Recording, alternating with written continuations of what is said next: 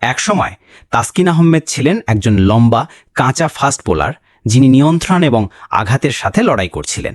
ভক্তরা ভাবছিলেন যে তিনি কখনো তার সম্ভাবনাকে কাজে লাগাতে পারবেন কিনা। তার গতি ছিল, কিন্তু ধারাবাহিকতার অভাব ছিল। 2016 থেকে 2019 সালের মধ্যে তার কর্মজীবন প্রায় ম্লান হয়ে যায়। ইনজুরি তাকে মাঠের বাইরে ঠেলে দেয় এবং সমালোচকরা তার প্রত্যাবর্তন নিয়ে সন্দেহ প্রকাশ করেন। কিন্তু তাসকিন কখনো হাল ছাড়েননি। তিনি নিজেকে রূপান্তরিত করেছিলেন, নিজের ফিটনেস নিয়ে কাজ করা, নিজের বোলিং অ্যাকশনকে পরিমার্জন করা এবং নিজের মানসিকতাকে শক্তিশালী করা। তার পরিশ্রম সার্থক হয়েছে। 2021 সাল থেকে তাসকিন বাংলাদেশের স্ট্রাইক বোলার হয়ে ওঠেন। তিনি আগের চেয়ে দ্রুত, শক্তিশালী এবং আরও ধারাবাহিক ছিলেন।